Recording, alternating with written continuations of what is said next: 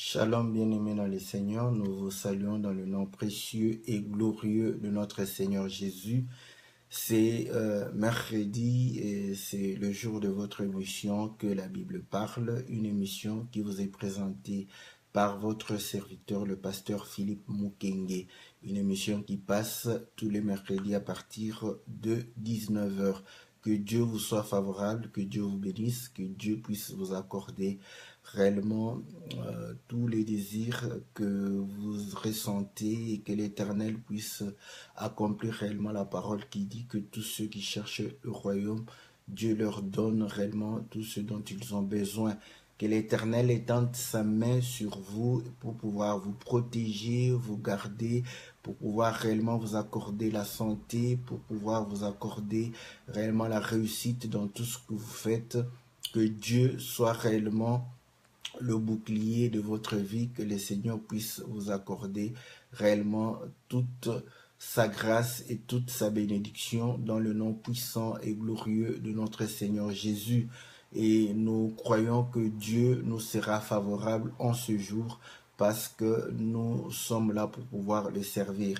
Que l'Éternel vous soit favorable, qu'il vous bénisse partout où vous êtes, où nous suivez dans le nom puissant et glorieux de notre Seigneur Jésus. Nous saluons tous les bien-aimés qui sont en ligne, le bien-aimé Jean du Canada, Abraham d'Allemagne, le bien-aimé bienvenu de Paris, Kama de Paris, nous saluons le bien-aimé Mailleur, que Dieu vous soit favorable.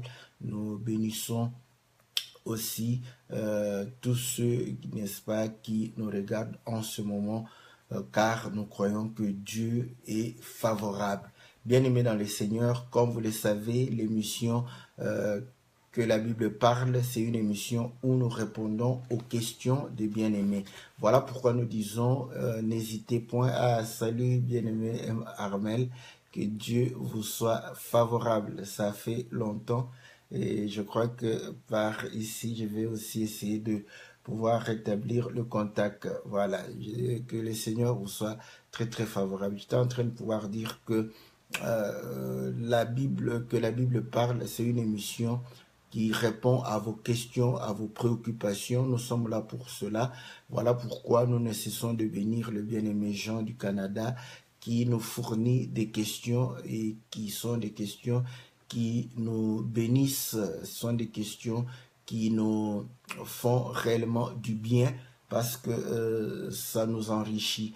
Et nous bénissons aussi le bien-aimé Jean-Marie de Norvège et tous les bien-aimés, je n'oublie pas le bien-aimé Victor, n'est-ce pas? Tous ceux qui participent à cette émission en posant des questions. Posez-nous des questions, vous pouvez les envoyer dans la boîte de notre Facebook. Si vous avez notre Skype, vous envoyez, vous avez l'email, vous envoyez, vous avez notre mobile, vous envoyez par SMS. Nous sommes là pour vous afin que nous puissions réellement comment partager la parole et être éclairé de la parole du Seigneur.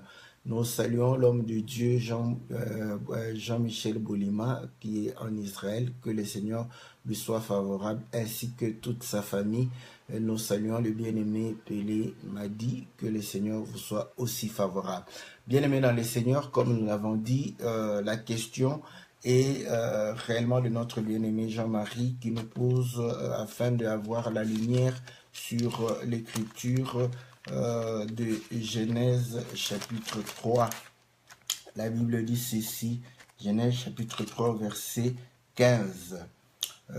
Je mettrai inimitié entre toi et la femme, entre ta postérité et sa postérité.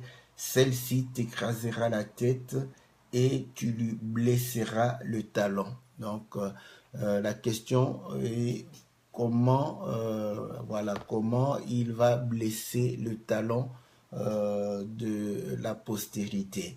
Donc, c'est une question qui est réellement fondamentale et nous bénissons le bien-aimé pour cela. Donc voilà, bien-aimé dans le Seigneur, ça c'est une première question. Je crois que si nous répondons à cette question, il a posé encore la question de savoir Jean chapitre 10 au verset 8, où le Seigneur dit que tous ceux qui sont venus avant moi sont des voleurs et des brigands. Donc il veut savoir qui sont ceux qui sont venus avant le Seigneur et en quoi sont-ils des brigands et des voleurs.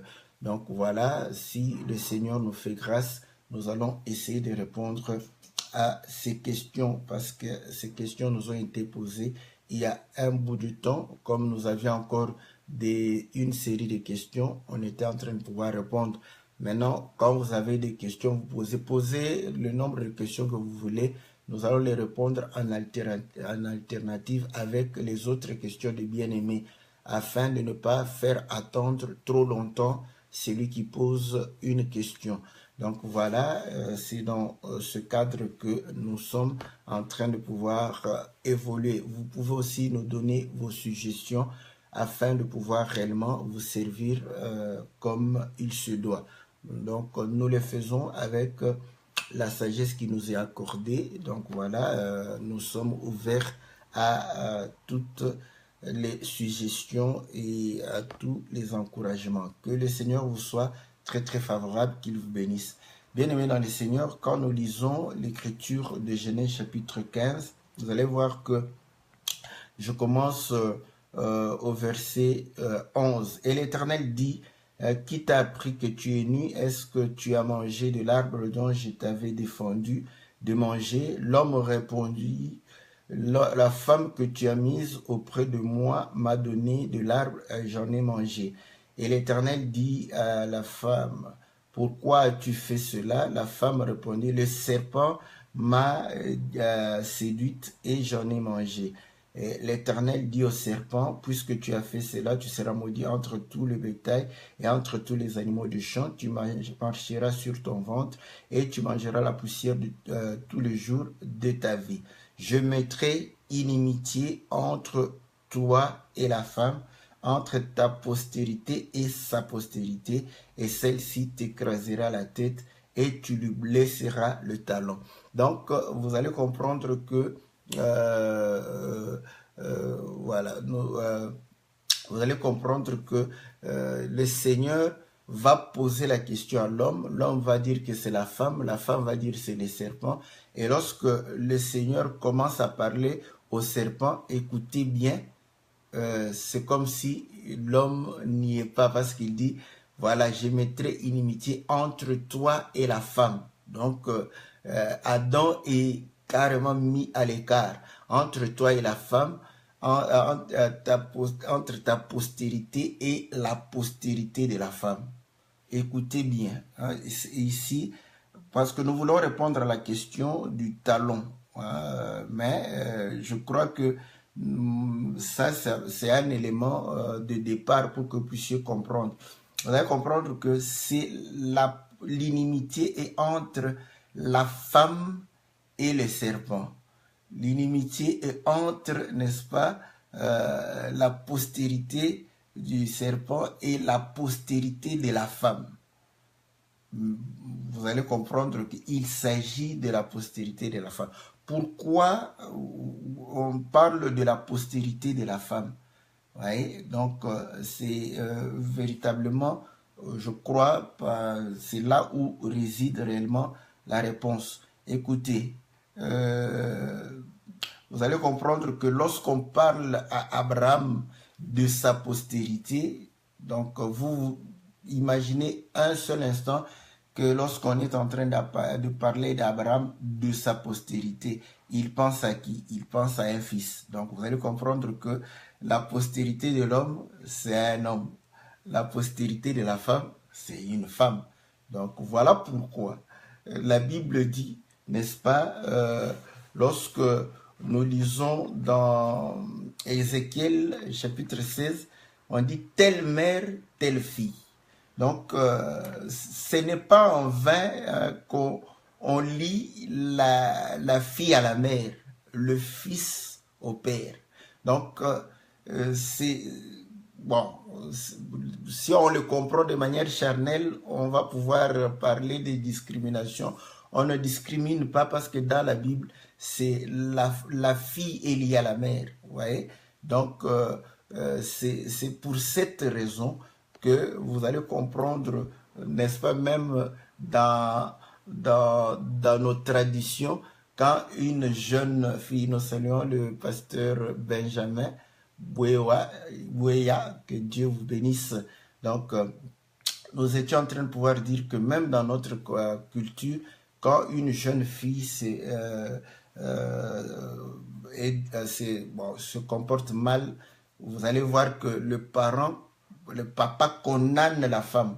Est-ce que c'est la maman qui s'est mal comportée? Non, c'est la fille. Mais on la condamne. Pourquoi? Parce qu'on comprend qu'elle est liée. Donc, nous disons que effectivement, on est en train de parler de la femme. Inimitié entre la femme et le serpent. Inimitié entre la postérité du serpent et la postérité de la femme. Donc, nous comprenons qu'il est question de la femme dans ces circonstances ici. Écoutez, et là, la Bible dit que celle-ci t'écrasera la tête et tu lui blesseras le talon. Donc, nous allons comprendre que le talon, c'est le fait de pouvoir piétiner le serpent, et le serpent va pouvoir réellement blesser le talon. Mais comme vous le savez, quand je parle de la femme, tout le monde sait que il s'agit bel et bien de notre Seigneur Jésus. Oui, nous disons oui. Pourquoi? Parce que lorsque nous sommes en train de parler des choses de Dieu, nous ne comprenons pas les choses dans un langage charnel. Car la Bible dit que nous parlons de ces choses avec un langage spirituel. Donc dans le livre de 1 Corinthiens au chapitre 2, la Bible dit ceci, au verset 12. Or, nous n'avons pas reçu l'esprit du monde, mais l'esprit qui vient de Dieu, afin que nous connaissions les choses que Dieu nous a données par sa grâce. Et nous en parlons non avec des discours qu'enseigne la sagesse humaine, mais avec ce qu'enseigne l'esprit, en employant un langage spirituel pour les choses spirituelles. Donc, le langage que nous sommes en train d'employer ici, c'est un langage spirituel pour les choses spirituelles. Donc, lorsque nous sommes en train de parler de femmes, il faut comprendre que c'est un langage spirituel pour des choses spirituelles. Voilà pourquoi, quand vous restez charnel, vous allez croire qu'après la mort, les hommes vont se lier aussi à des femmes. C'est pas pour rien que dans Matthieu 22, on va poser la question au Seigneur par les Sadducéens, qu'un homme avait une femme et il est mort. Il y a eu 6 de ses frères qui ont pris la même femme. Après la mort, qui sera le mari de cette femme? Donc, vous allez comprendre que le Seigneur dit que après la mort, il n'est plus question, n'est-ce pas, de prendre une femme ou de prendre les hommes. Donc, vous allez comprendre que ce langage est un langage spirituel. Quand on parle de femmes, on parle d'un langage spirituel. Écoutez, mais nous allons comprendre que Adam, n'est-ce pas, va pouvoir réellement donner, n'est-ce pas, une définition au travers la prophétie. Je suis dans Genèse chapitre 2. Genèse chapitre 2 au verset 22. L'Éternel Dieu forma une femme de la côte qu'il avait prise de l'homme et il l'amena vers l'homme. Et l'homme dit, voici cette fois-ci celle qui est os de mes os, chair de ma chair, on l'appellera femme parce qu'elle a été prise de l'homme. Ouais? Donc, la femme, on l'appelle femme parce qu'elle est prise de l'homme, parce qu'elle est la chair de l'homme. Voilà. Donc, l'homme, or, écoutez, on dit que les deux deviendront une seule chair. Donc, l'homme et la femme, comme au début, le Seigneur dit, il les créa homme et femme. Donc, c'était une seule personne. Et là, vous allez comprendre que, effectivement, quand nous prenons de cette manière, nous pouvons facilement prendre la notion de la femme et coller au Seigneur. La Bible dit, au commencement était la parole était avec Dieu, la parole était Dieu. Et cette parole s'est faite chair. Voilà. Donc, nous allons comprendre que le Fils, n'est-ce pas, la postérité, va pouvoir porter la chair. Or, c'est la chair de qui? C'est la chair de Dieu. Ouais. Vous n'allez pas dire que c'est la chair de l'homme. C'est la chair de Dieu parce qu'on dit qu'au commencement était la parole était Dieu. Cette parole s'est faite chair. La chair là, c'est la chair de Dieu. Donc nous comprenons que Dieu, c'est l'homme. Et sa chair, c'est ce que nous appelons le Fils. C'est ce que nous appelons la postérité. Écoutez bien, voilà. Donc il est question de la chair. Pourquoi? Parce que vous allez comprendre que effectivement, pour pouvoir réellement venir écraser la tête du serpent, il fallait qu'il puisse s'abaisser, parce que le serpent a été abaissé. Pour qu'il vienne, il doit s'abaisser. Or, vous allez comprendre que quand il s'abaisse, il prend la condition humaine. Et vous allez comprendre que la condition humaine, c'est la condition de la faiblesse. Et la femme est identifiée comme un sexe faible. Je le répète, toutes les femmes ne sont pas faibles devant les hommes. Il y a des femmes beaucoup plus fortes que les hommes. Mais nous sommes en train de lire les Écritures dans 1 Pierre chapitre 3, je crois, verset 22. Si je ne me trompe pas, la Bible dit que la femme doit être considérée comme un sexe faible. La femme, c'est la faible. Ce n'est pas en vain que le péché passa par la femme, par la faiblesse. Donc voilà, et c'est là où nous comprenons que ce n'est pas aussi pour rien que le diable va pouvoir tenter le Seigneur, parce qu'il a vu dans la condition de la faiblesse, il a vu dans le corps. Donc nous comprenons que quand on est en train de parler, il est question de la chair. Il est question de la chair. Pour que le Seigneur vienne écraser la tête du serpent, il fallait qu'il portât la chair. Voilà. Donc, il fallait qu'il portât la chair. S'il ne porte pas la chair, il ne saura pas venir écraser, n'est-ce pas, la tête du serpent. Donc, nous comprenons que il est question de la chair. Maintenant, écoutez, quand il dit que tu vas écraser parce que tu vas pouvoir piétiner, n'est-ce pas? Mais le serpent va pouvoir mordre le talon. Il aura le temps de pouvoir mordre le talon. Or, écoutez, quand les serpents mordent, nous lisons dans Nombre chapitre 22, vous allez comprendre que quand il mordait, n'est-ce pas, il procurait la mort. Donc, vous voyez, donc par sa blessure, il y aura la mort.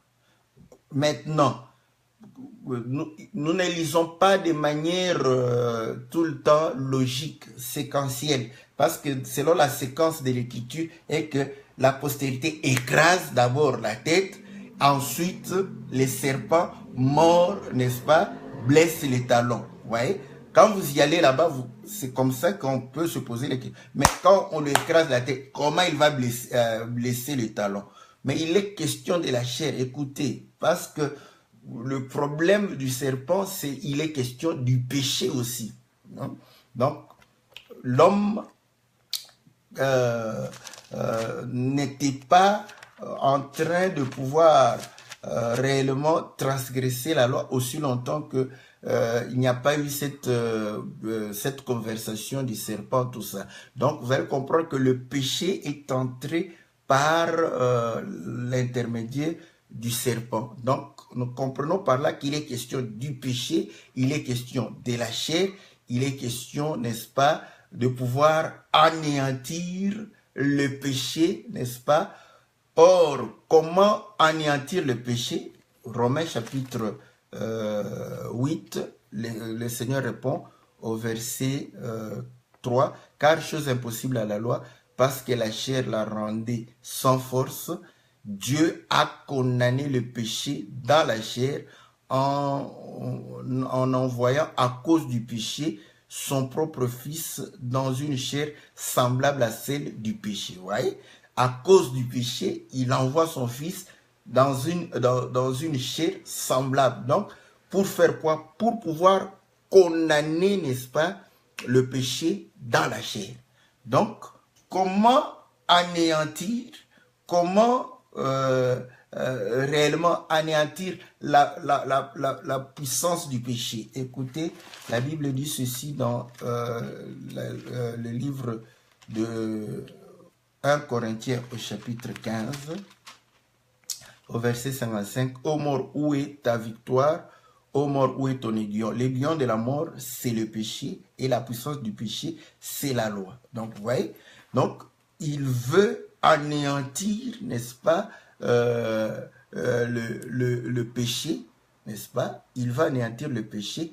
Il va porter un corps, parce qu'il sait que le corps était en train de pouvoir anéantir comment la force de la loi. Il vient pour pouvoir condamner. Donc nous allons comprendre que c'est important la condition humaine. Voilà pourquoi on parle de la postérité de la femme. En tant que postérité de la femme, il doit naître, voilà. Parce que si on parlait de l'homme, l'homme engendre. Donc, or, vous allez comprendre que Melchisédek est venu sans l'aide d'une femme, et la Bible dit qu'il a été à la ressemblance du Fils. Donc Melchisédek, c'est le Fils de Dieu. Donc là, il n'a pas besoin d'une femme. Mais lorsqu'il dit que la postérité de la femme, c'est pour démontrer que il naîtra. Or, quand il naît de la femme, la Bible démontre que rien qui sort de la femme ne soit souillé. Donc, et il va porter réellement cette souillure afin de pouvoir anéantir. Donc, nous comprenons que c'est au travers l'œuvre de la croix. Mais, lorsque le Seigneur porte la chair semblable à celle du péché, pour pouvoir mourir, c'est au travers l'œuvre de la croix. Pour mourir, il devrait se faire pécher. Or, quand il se fait pécher, c'est alors qu'il va pouvoir mourir. Et c'est là où nous comprenons effectivement que, où la Bible dit que le serpent va pouvoir lui blesser le talon. Écoutez, lisons quelques écritures, n'est-ce pas, par rapport au talon. Nous lisons dans le livre de Genèse chapitre 5. Genèse chapitre 5, verset 25 plutôt. Genèse 25.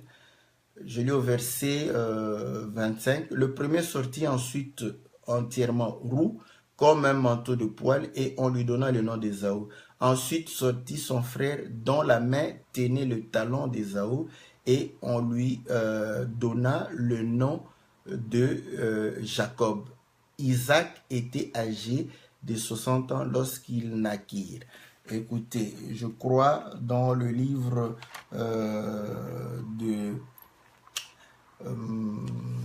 d'Amos, si je ne me trompe pas, je vais pouvoir chercher, et on évoque, n'est-ce pas, l'écriture, cette écriture pour dire que voilà, je crois que c'est Osée, hein. Je vais, parce que j'ai vu, lui c'est m'a mis Osée 12, 4. Je prends d'abord lui second, je ne sais pas si Osée 12, 4, je sais qu'il y a une écriture qui revient sur ça pour dire qu'il a vaincu, n'est-ce pas, contre les hommes et contre Dieu aussi. Donc, Osée 12, 4, voilà. Ouais. Dans le sein maternel, Jacob saisit son frère par le talon. Dans sa vigueur, il lutta avec Dieu. Il lutta avec l'ange, il fut vainqueur, il pleura, lui adressa des supplications. Jacob l'avait trouvé à Bethel, et c'est là que Dieu nous a parlé. Donc, vous voyez, il va tenir son frère par le talon. Or, écoutez, quand ils étaient dans le sein, il y a eu bagarre. Donc, ils se battaient là-bas. Et le Seigneur va dire à Rebecca que le plus jeune va pouvoir assujettir. Et le signe, c'est il l'a tenu par le talon. Vous voyez? Il l'a tenu par le talon. Et c'est ce qui a fait qu'il a eu le dessus sur lui. Bon, prophétiquement, vous allez comprendre que c'est lui qui va pouvoir avoir la bénédiction. Donc, il va pouvoir supplanter son frère. Effectivement, le talon. Or, le talon est utilisé comme un élément de force par celui qui se bagarre, celui qui s'élève contre quelqu'un d'autre. Donc, voilà, nous lisons dans le livre de Jean chapitre 13, Donc, c'est aussi dans Psaume, mais je lis Jean chapitre 13, au verset 13, le Seigneur, je commence au verset 12. Après qu'il leur eut lavé les pieds et qu'il eut pris ses vêtements, il s'est remis à table et leur dit, comprenez-vous ce que je vous ai fait? Vous m'appelez maître, Seigneur, et vous le faites bien, car je le suis. Non, je crois que c'est au-dessus, voilà, c'est le verset 18. Ce n'est pas de vous tous que je parle, mais je connais je connais ceux que j'ai choisis, mais il faut que l'écriture s'accomplisse. Celui qui mange avec moi le pain a levé son talon contre moi. Voilà. Dès à présent, je vous le dis, avant que la chose arrive, afin que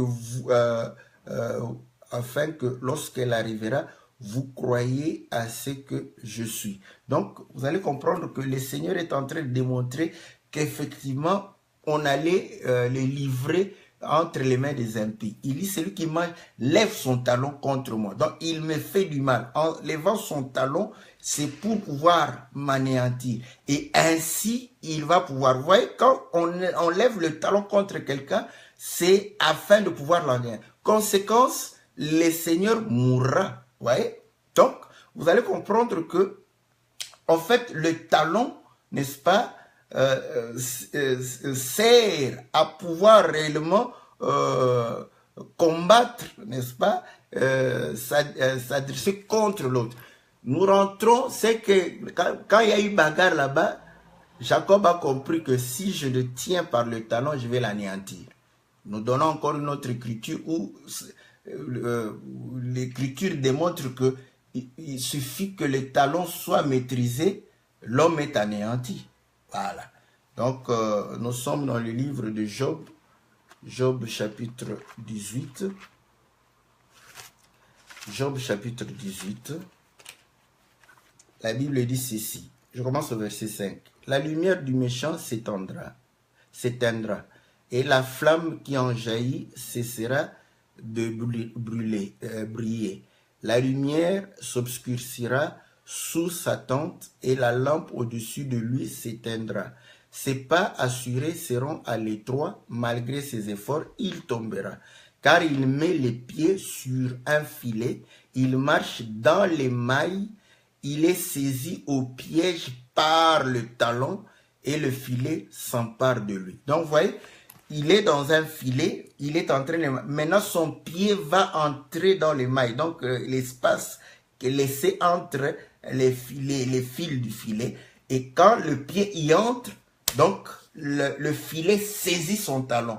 Une fois que le filet saisit son talon, il est complètement anéanti. Ouais. Donc, vous allez comprendre que saisir le talon permet de pouvoir anéantir la personne. Donc, on dit le méchant, hein, donc on explique l'écriture pour que vous puissiez comprendre. Voilà pourquoi quand le serpent mord le talon, voilà, le Seigneur meurt à la croix. Donc voilà ce que on était en train de pouvoir, n'est-ce pas, vouloir y arriver à ce point-là. Mais écoutez, Jérémie va pouvoir nous certifier effectivement que nous pouvons faire un lien entre le talon et la chair, n'est-ce pas? Donc, ne prenez pas seulement le talon, c'est vraiment la chair. Le talon représente la chair. Or, la chair, c'est une faiblesse, mais une faiblesse qui est une force, surtout pour les seigneurs. Voilà. Donc, nous lisons dans Jérémie chapitre 13, au verset, je commence au verset 12. Tu leur diras cette parole, ainsi par l'Éternel, le Dieu d'Israël, tous les vases seront remplis de vin. Et ils te diront, ne savons-nous pas que tous les vases seront remplis de vin? Alors dis-leur, ainsi par l'Éternel, voici, je remplirai tous les habitants de ce pays, les rois qui sont assis sur le trône de David, les sacrificateurs, les prophètes. Donc, non, mais ce n'est pas l'écriture que je suis en train de pouvoir chercher. Non, je sais bien avant là-bas. Donc, Je commence au verset 1.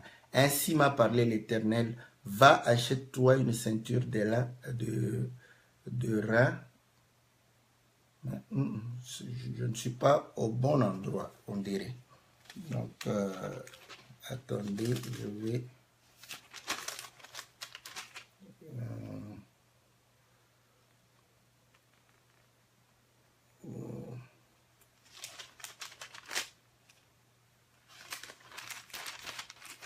Comment, Jérémie parle de talons.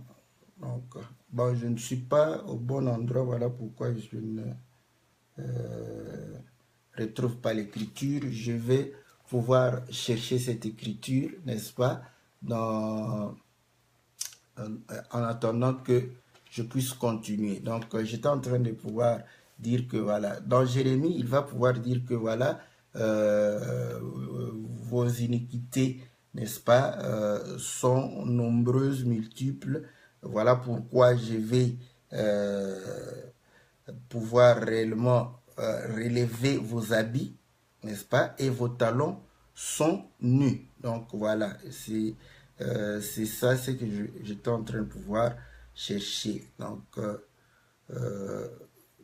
attendez, comme je cherche l'écriture, je veux vraiment retrouver cette écriture. Voilà. Donc, c'est le livre de Jérémie, voilà, 13. Jérémie 13, voilà, c'est verset 22. Je commence au verset. Que diras-tu de ce qu'il te châtie? C'est toi-même qui leur as appris à te traiter en maître. Les douleurs ne te saisiront-elles pas comme elles saisissent une femme en travail? Si tu dis à ton cœur, pourquoi cela m'arrive-t-il? C'est à cause de la multitude de tes iniquités. Que les pans de tes habits sont relevés et que tes talons sont violemment mis à nu. Voilà. Vous voyez? Donc, vous voyez que bon, les talons, hein, parce qu'ici, c'est vraiment ça, c'est que je suis en train de pouvoir... Vous allez comprendre que quand vous soulevez, les talons sont... c'est le bas du pied là-bas. Donc, une fois qu'ils soulèvent les pans de leur habit, le talon est nu. Donc, vous voyez que n'est pas protégé. Mais si on regarde bien, c'est véritablement comme si le vêtement n'a pas vraiment besoin de pouvoir couvrir les talons là-bas. Donc, or, le vêtement couvre la chair. Voyez? Donc, nous comprenons maintenant que quand le serpent mord le talon, voilà, parce que une fois que le talon est touché, c'est tout le corps, c'est la chair. Parce que le talon représente la chair. Et ainsi, nous comprenons que le Seigneur est mort à la croix. Et la Bible dit, oui, nous disons que le serpent l'a mordu à la croix. Parce que je vais lire l'écriture de 1 Corinthiens, n'est-ce pas? Chapitre 2, si je ne me trompe, ou 1, c'est chapitre 2. On dit ceci, au verset 6. Cependant, c'est une sagesse que nous prêchons parmi les parfaits, sagesse qui n'est pas de ce siècle, ni des chefs de ce siècle qui vont être anéantis. Nous prêchons la sagesse de Dieu mystérieux, caché, que Dieu avant le siècle avait destiné pour nous. Sagesse qu'aucun des chefs de ce siècle n'a connue, car si ils l'eussent connu, ils n'auraient pas crucifié le Seigneur de gloire. Voilà. Vous voyez? Donc, on comprend que les chefs de ce siècle ont crucifié le Seigneur. Donc, voilà. Il est mort parce que ce sont eux. Voilà pourquoi Pilate, n'est-ce pas, va pouvoir réellement dire que ne sais-tu pas que j'ai le droit de te faire mourir ou pas? Et le Seigneur dit, bon, comprends que c'est parce qu'il t'a été donné, n'est-ce pas, ce pouvoir. Donc nous comprenons que c'est par la chair. Or, la Bible dit, n'est-ce pas, 1 Corinthiens, je crois, chapitre 1, n'est-ce pas, au verset, je commence au verset 24, mais au verset même 22. Le juif demande les miracles et les Grecs cherchent la sagesse. Nous, nous prêchons Christ crucifié, scandale pour le juif et folie pour les païens, mais puissance de Dieu et sagesse de Dieu pour ceux qui sont appelés tant juifs que grecs. Car la folie de Dieu est plus sage que les hommes et la faiblesse de Dieu est plus forte que les hommes. Voilà. La faiblesse de Dieu. Or, la faiblesse de Dieu, c'était quoi? C'était de porter une chair semblable à l'homme. Voilà pourquoi, quand le Seigneur, Dieu a porté une chair, il est apparu faible. Il est apparu, n'est-ce pas, humble, comme un homme humble, comme un serviteur. Il a été au bas de l'échelle. Et 2 Corinthiens, n'est-ce pas, chapitre, je crois, 13, démontre que, voilà, au verset 4, car il a été crucifié à cause de sa faiblesse. Ici, la faiblesse n'est pas le péché. À cause de la faiblesse, à cause de la chair. Parce qu'il a porté la chair, il a porté la faiblesse. Or, c'est dans la faiblesse qu'il va pouvoir vaincre. Voilà pourquoi il nous exhorte à pouvoir comprendre que c'est lorsque nous nous humilions que nous allons pouvoir remporter. Écoutez, même le livre de Romains au chapitre 8 le démontre que lorsque nous sommes persécutés, réellement ça semble être que nous sommes battus, n'est-ce pas? Nous sommes vaincus. Mais la Bible dit ceci au verset, je commence au verset 33. Qui accusera les élus de Dieu? C'est Dieu qui justifie. Qui les condamnera? Christ est mort, bien plus, il est ressuscité et il est à la droite de Dieu. Il intercède pour nous. Qui nous séparera de l'amour de Christ? Sera-ce la tribulation ou l'angoisse ou la persécution, la faim, la nudité ou le péril ou l'épée? Selon qu'il est écrit, c'est à cause de toi qu'on nous met à mort tous les jours, qu'on nous regarde comme des brebis destinées à la boucherie. Mais dans toutes ces choses, nous sommes plus que vainqueurs. Nous sommes vainqueurs comment? Quand on nous met à mort. Nous sommes vainqueurs comment? Quand on nous persécute. Nous sommes vainqueurs comment? Donc vous allez comprendre, lorsque nous abandonnons et que nous acceptons, n'est-ce pas, cette humiliation, c'est dans l'humiliation qu'il y a la force de Dieu. C'est dans, n'est-ce pas, la mort qui a la force. Voilà pourquoi l'Écriture dit, ô mort, mais il fallait qu'il meure. Ô mort, où est ton aiguillon? La mort a été engloutie par la vie. C'est dans la mort que le Seigneur manifeste sa force. Donc vous allez comprendre que il va écraser le serpent avec ce qui fait sa force. Mais dans le langage humain, vous allez comprendre que ce qui devrait faire sa force, c'est cette puissance de Dieu, cette magnificence de Dieu. Non, c'est effectivement cette humiliation. Le fait d'être humilié, c'est sa force. Voilà pourquoi Dieu fait grâce aux humbles. Il élève les humbles. Il nous rend plus que vainqueurs lorsque nous sommes mis à mort. Voilà. Donc, vous allez comprendre que le talon, c'est ce qui écrase, n'est-ce pas, la tête du serpent, mais c'est ce qui est blessé par le serpent. Et vous allez comprendre que le serpent mord plus facilement les talons. Voilà pourquoi les cow-boys du temps moderne, ils portaient les bottes pour se protéger contre les morsures des serpents. Vous voyez? Pourquoi? Donc, ils se protégeaient contre ces morsures parce qu'ils protégeaient, parce qu'ils savent que les serpents vont te mordre, n'est-ce pas, au niveau du talon. Voilà. Donc, c'est là où nous comprenons que c'était réellement le fait que lorsque Dieu va pouvoir naître. Or, écoutez, l'inimitié en réalité n'est pas entre le serpent et la femme, hein, ouais, mais vous allez comprendre que cette inimitié, n'est-ce pas, c'est entre Dieu et la chair. Voilà pourquoi quand Dieu porte, n'est-ce pas, la chair, il va pouvoir réellement manifester l'inimitié, n'est-ce pas, qu'il y avait avec le serpent, le fait qu'il va pouvoir haïr le mal et ne pas pécher. Voilà, mais celui qui se plaît à la chair est ennemi de Dieu, est en inimitié avec Dieu. Donc vous allez comprendre que effectivement on a parlé de la femme parce que c'était une prophétie où le Seigneur devait porter un corps semblable à celui du péché pour pouvoir anéantir le péché. Donc c'est ce corps qui a permis de pouvoir anéantir le péché, et c'est le fait de ce corps qu'il devrait mourir, parce que pour véritablement anéantir le péché, il fallait qu'il meure et qu'il ressuscite d'entre les morts. Donc voilà ce que nous pouvons dire par rapport au fait que la postérité écrase la tête du serpent, et le serpent mord, n'est-ce pas, le talon. Et quand vous prenez même l'expression que le ciel est le trône de Dieu, la terre est son marchepied, donc l'image montre que il est assis au ciel, ses pieds sont sur terre. Voilà. Or, vous comprenez que ce sont ses pieds. Quand le Seigneur vient, n'est-ce pas, dans la chair,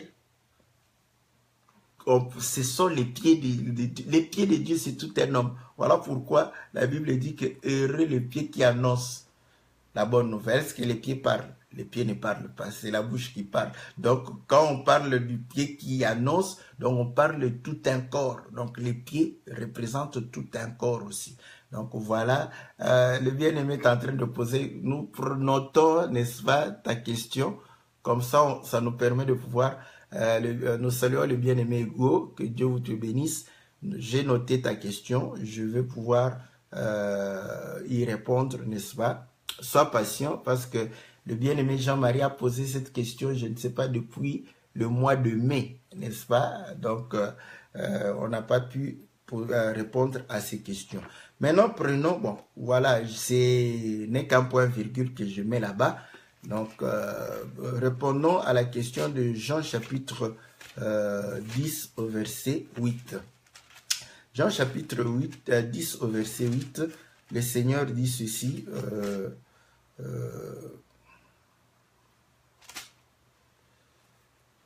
voilà, tous ceux qui sont venus avant moi sont des voleurs et des brigands, mais les brebis ne les ont point écoutés.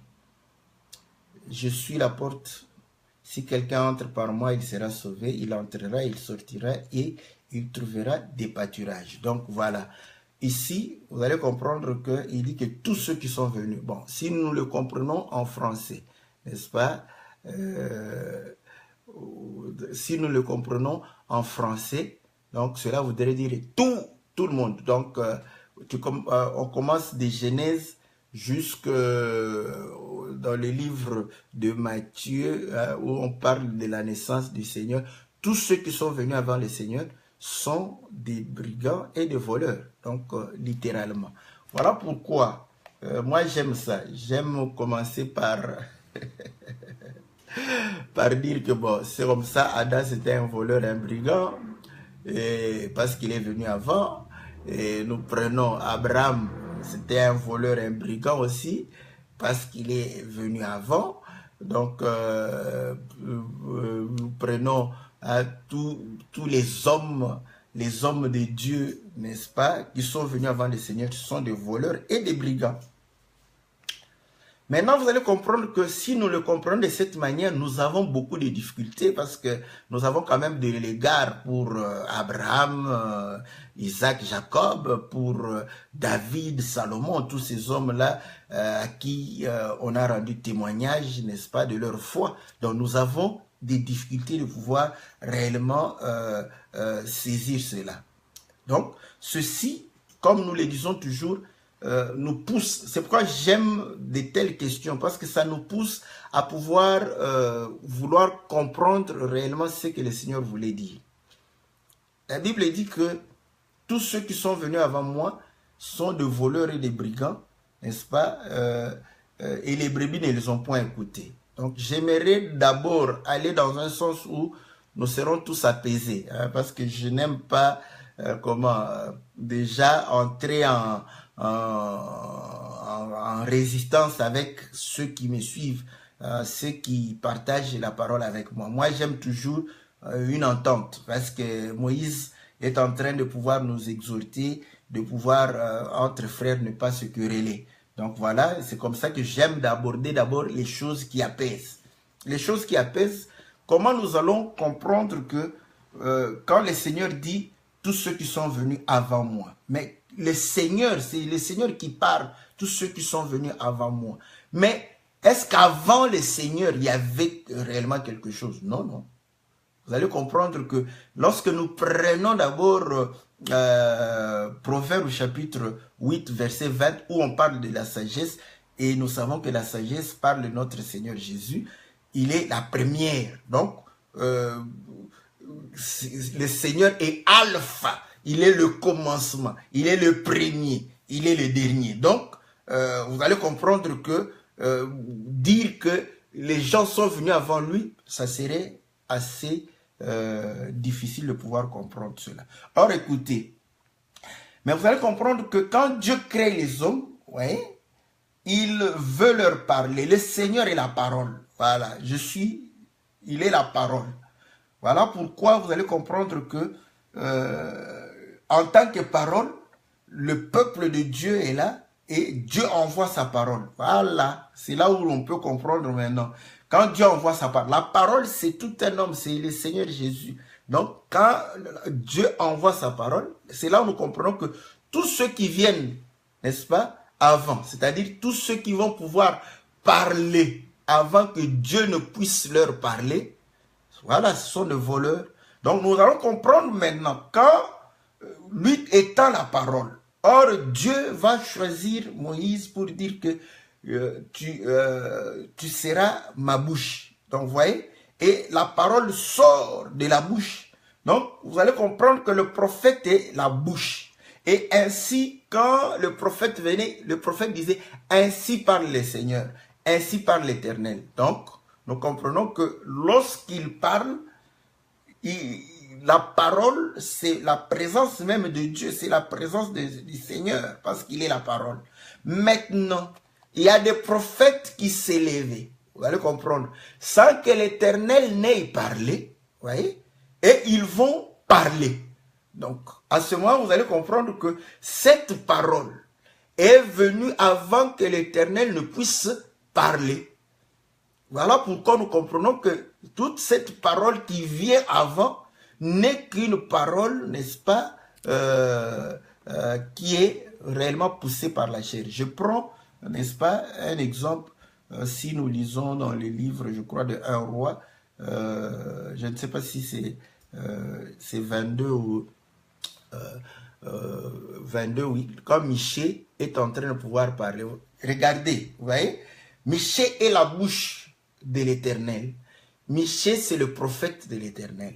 Et il parle. Vous allez comprendre que avant qu'il ne parle, les autres ont parlé. Voilà, ça c'est un bel exemple, n'est-ce pas, de pouvoir comprendre que avant que l'Éternel ne parle, les autres ont parlé. Et quand ils ont parlé, Josaphat va dire non, non, non, y a-t-il pas un autre prophète? Parce qu'il a compris que tous ces gens ici sont des voleurs, vous voyez. Donc, à ce moment-là, Akab va dire que non, non, non, il y a un autre prophète qui ne m'aime pas, il va toujours dire du mal de moi. Donc, vous allez comprendre que cette séquence démontre qu'avant que l'Éternel ne parle, or la parole, c'est Christ. Avant que Christ ne vienne, il y a eu des gens qui ont parlé et qui ont annoncé. Or, ils ont parlé de leur propre chef. Donc, ils étaient en train de pouvoir parler d'eux-mêmes, n'est-ce pas?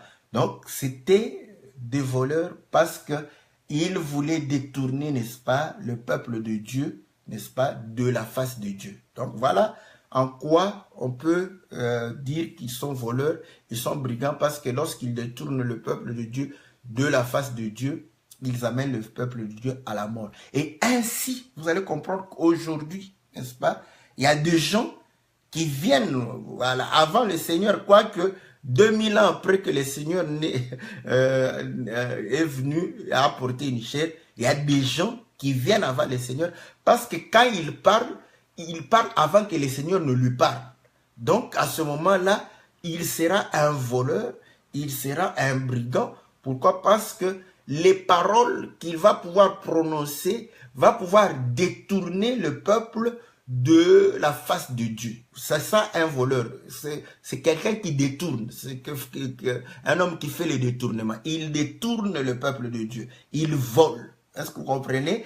Et en plus, après les avoir volés, il va pouvoir réellement les tuer parce que la pensée humaine apporte la mort. Voilà pourquoi lorsque Pierre a donné une bonne pensée, le Seigneur a dit, arrière de moi Satan.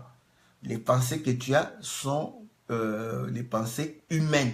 Donc, ils vont pouvoir détourner le peuple de la voie de Dieu, de la face de Dieu, et tuer le peuple parce qu'ils donnent au peuple la mort. Parce que ce qui n'est pas parole de Dieu, ce qui n'est pas réellement pensée de Dieu, n'est que pensée humaine, charnelle, terrestre, diabolique. Et le diable, vous le savez, c'est juste pour apporter la mort. Donc, vous comprenez que voilà pourquoi nous aimons toujours parler, n'est-ce pas, après le Seigneur. Nous disons ce que le Seigneur a dit. Nous apportons ce que les autres ont annoncé. Voilà pourquoi nous n'avons pas d'autre chose à annoncer si ce n'est que ce qui a été déjà annoncé. Donc, voilà, on n'invente rien. Quand tu vois quelqu'un se mettre debout pour dire que voilà, moi, j'autorise à une femme d'enseigner dans une assemblée des saints, comprends que cet homme-là, c'est quelqu'un qui vient avant, parce qu'il parle avant que Dieu ne le parle. Il n'a pas lu, il n'a pas entendu la voix de l'Éternel. Il est en train de parler de ses propres pensées. Pour faire quoi? Détourner le peuple de la voix du Seigneur. Et faire quoi? Tuer le peuple. Parce que rien, n'est-ce pas? Les mamans vont pouvoir réellement... Je ne parle pas d'un langage charnel, hein, ce sont des choses spirituelles. Donc, une femme ne peut que donner la mort. La vie ne vient pas de la femme. Je ne parle pas seulement de la femme comme ça, parce que nous aussi, nous sommes une femme. Voilà pourquoi si je suis en train de pouvoir dire mes propres pensées, c'est une femme qui est en train de parler, donc la mort sera apportée. Donc, vous voyez, dans ce sens-là, nous allons comprendre que tout celui qui prophétise avant le Seigneur, avant que le Seigneur ne parle, tout celui qui dit les choses que Dieu ne lui a pas dites, que lui-même a dit, donc c'est un voleur et un brigand. Voilà. Maintenant, c'est là où nous comprenons que c'est le fait de pouvoir venir avant le Seigneur. Ok. Maintenant, écoutez. Le Seigneur, quand il dit tous ceux qui sont venus avant moi, donc il a dit tout. Donc voilà. Maintenant, commençons à lire les Écritures. Parce que là, nous avions lu de manière où j'ai dit que tout le monde serait apaisé, tout le monde va dire Amen. Maintenant, écoutez bien. Donc, on ne parle pas de choses charnelles. Nous parlons de choses spirituelles. Donc, saisissez-nous dans le langage spirituel. Je commence à lire. Quand on dit tous ceux qui sont venus avant moi, il faut commencer à identifier qui sont venus avant le Seigneur. Voilà. Nous avons démontré que c'est lui qui parle avant que le Seigneur ne parle. Parce que jusqu'à aujourd'hui, le Seigneur parle. Ouais? Il parle au travers des hommes. Si tu parles avant qu'il ne parle, donc tu vas parler de toi-même. Voilà pourquoi il y a des gens qui, quand il est en train de prêcher, au lieu de prêcher le Seigneur, il se prêche lui-même. Et voilà, c'est pourquoi, pour détourner le peuple, afin que le peuple puisse l'élever au lieu d'élever le Seigneur. Donc il va voler les brebis du Seigneur. Et pour faire quoi? Pour les tuer, parce que lui, il ne donnera que ce qu'il a. Il n'a quoi? Il n'a rien, il n'a que chair. Il va leur donner la chair. Voilà pourquoi eux aussi vont vouloir commencer à parler d'eux-mêmes. Mais, vous allez comprendre que, nous allons comprendre maintenant que, quand le Seigneur dit tout, il dit tout. Nous lisons les Écritures. Jean chapitre 1, au verset 17. Car la loi a été donnée par Moïse, la grâce et la vérité sont venues par Jésus. Ah. Donc, nous voyons que la loi a été donnée par Moïse, la grâce et la vérité sont venues par Jésus. Et Moïse lui-même dit, Dieu vous suscitera un autre prophète comme moi. Donc, là, nous comprenons que Moïse aussi fait partie de ceux qui sont venus avant. Écoutez maintenant. Jean chapitre 1 au verset 30. Il dit, c'est Jean-Baptiste qui dit, c'est celui dont j'avais dit, après moi vient un homme qui m'a précédé car il était avant moi.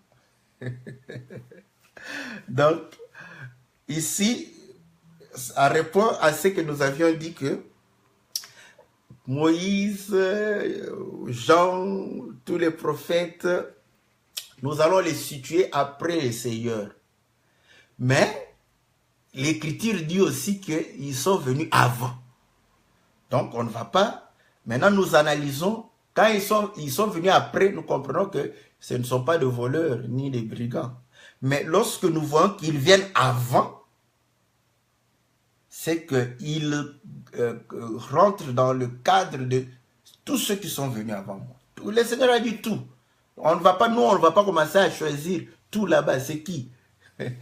C'est Balaam. C'est qui? C'est la femme Jézabel. Non, non, nous on ne va pas choisir. Nous, on voit que tout.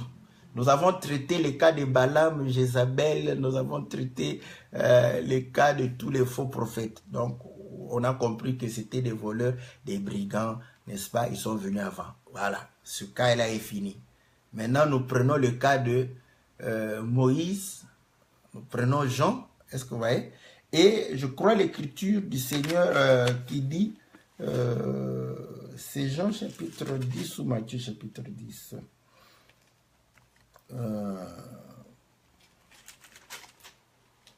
Que les prophètes ont prophétisé depuis jusqu'à Jean. Hein? Je ne sais pas si c'est Matthieu, je vais regarder. Voilà. Ah, voilà, c'est Matthieu chapitre 10. Je commence au verset 12. Depuis le temps de Jean-Baptiste jusqu'à présent, le royaume des cieux est forcé et ce sont les violents qui s'en emparent. Car tous les prophètes et la loi ont prophétisé jusqu'à Jean. Et si vous voulez le comprendre, c'est lui qui est l'Élie qui devait venir. Alléluia. Bon, moi je prends, suivez-moi, hein, je suis le Seigneur lui-même. Ici, il commence à démontrer que ceux qui sont venus avant moi, hein, ceux qui sont venus avant moi, c'est le Seigneur qui détermine. Il est en train de pouvoir déterminer pour dire que non, voilà. Tous les prophètes et la loi, il met tous les prophètes et la loi ont prophétisé jusqu'à Jean. Et si vous voulez le connaître, le comprendre, c'est lui qui est l'Élie qui devrait venir. Écoutez maintenant. Lorsque nous sommes dans Jean chapitre 1, je ne sais pas si là-bas il va, Jean chapitre 1 verset 19. Voici le témoignage de Jean lorsque les Juifs envoyèrent de Jérusalem des sacrificateurs et des Lévites pour lui demander toi qui es-tu. Il déclara, et ne le nia point, il déclara qu'il n'était pas le Christ. Ils lui dirent, qui es-tu? Es-tu Élie? Il dit, je ne le suis point. Es-tu le prophète? Il dit, non. Ils lui dirent, alors, qui es-tu, afin que nous donnions une réponse à ceux qui nous ont envoyés? Que dis-tu de toi-même? Moi, dit-il, je suis la voix de celui qui crie dans le désert. Aplanissez le chemin du Seigneur, comme a dit Ésaïe le prophète. Alléluia. Donc, vous allez comprendre que il était en train de préparer. Il devrait venir avant. Donc, ici, le Seigneur démontre que de tous les prophètes et la loi, donc Moïse, bon, c'est ici, hein, moi, j'ai dit. Parce qu'il dit que tous ceux qui sont venus avant, c'est le Seigneur qui a déterminé. Hein. On a démontré que la loi est venue avant Moïse, donc avant Jésus. Jean dit que c'est lui qui vient après moi, donc je viens avant lui. Ouais, il démontre qu'il était avant. Donc, de ce côté-là, on n'a plus à pouvoir analyser. Le Seigneur démontre que voilà, tous les prophètes et Jean ont prophétisé jusqu'à Jean. Donc, Jean est venu pour préparer. Voilà pourquoi quand il est entré, Jean a dit que je diminue, qu'il croisse. Donc, nous comprenons qu'il a lui-même a commencé par Moïse. Il n'a pas touché Abraham, il n'a pas touché Isaac et Jacob. Pourquoi? Parce qu'il est question des brebis. C'est là où nous mettons un point, parce que quand on prend tout comme ça en désordre, ça pose problème, vous voyez? Parce que Abraham ne peut pas être voleur de ses propres brebis. Ça, bon, j'ai peut-être une connaissance limitée. Voilà pourquoi je préfère ne pas bloquer la porte. Parce que vous savez que dans cet évangile, il y a des gens qui ont la maîtrise des Écritures. En tout cas, s'ils nous aident, nous allons accepter. Moi, je vois mal comment Abraham, qui est propriétaire des brebis, devienne voleur de ses propres brebis. C'est Dieu qui a voulu qu'Abraham puisse réellement être propriétaire des brebis, ainsi que Jacob, ainsi qu'Isaac et Jacob. Je prends une écriture, Matthieu chapitre 15, au verset 24. Il répondit, je n'ai été envoyé qu'aux brebis perdues de la maison d'Israël. Ah là, les brebis appartiennent à la maison d'Israël, à la maison de Jacob. Donc, les brebis appartiennent à Abraham, à Isaac et à Jacob. Voilà pourquoi, en ce moment, nous comprenons qu'ils sont pris comme les pères. Voilà. Maintenant, nous allons comprendre que lorsque nous parlons de tous ceux qui sont venus, le Seigneur lui-même limite. Hein, il dit que voilà, Moïse. Pourquoi nous prenons Moïse? Vous allez comprendre que la voix, n'est-ce pas, d'Abraham, d'Isaac et de Jacob va différer de la voix de Moïse. Parce que Abraham, Isaac et Jacob ont marché par la foi. Voilà. Ont marché par la foi et la Bible dit que le juste vivra par la foi. Donc nous comprenons que la vie des brebis est donnée par la foi. Mais quand Moïse vient, vous allez comprendre que Moïse va détourner le peuple de la voie de la foi. Car Moïse va donner la loi et Galate dit quoi? Galate dit que celui qui mettra ces choses en pratique vivra par elle. Voilà, maintenant c'est la pratique, n'est-ce pas, des œuvres de la chair et non la foi. Donc le peuple a été détourné de la voie d'Abraham, d'Isaac et de Jacob. Or le voleur fait quoi? Il détourne. Est-ce que vous voyez?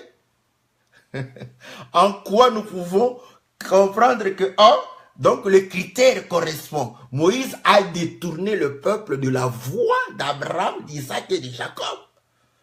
Voilà. Il leur a donné la loi. Maintenant, il faut perso, par la chair. Il les a rendus charnels. Or, écoutez, en les rendant charnels, il les met, n'est-ce pas, dans une situation délicate où ils devraient réellement connaître la mort. Voilà. Donc, nous comprenons que la loi, n'est-ce pas, ce n'est pas une mauvaise chose. Donc, on peut toujours, nous prenons la partie qu'elle a détournée et par la loi, la mort a été donnée. Par la loi, la mort a été donnée. Or, le brigand fait quoi? Voilà, il détourne et il, n'est-ce pas, tue. Donc, Jean, il dépouille, il tue. Donc, vous allez comprendre que Moïse, la loi, va pouvoir réellement répondre à ces critères-là de voleurs et de brigands. Écoutez, nous parlons de Jésus comme étant lui-même.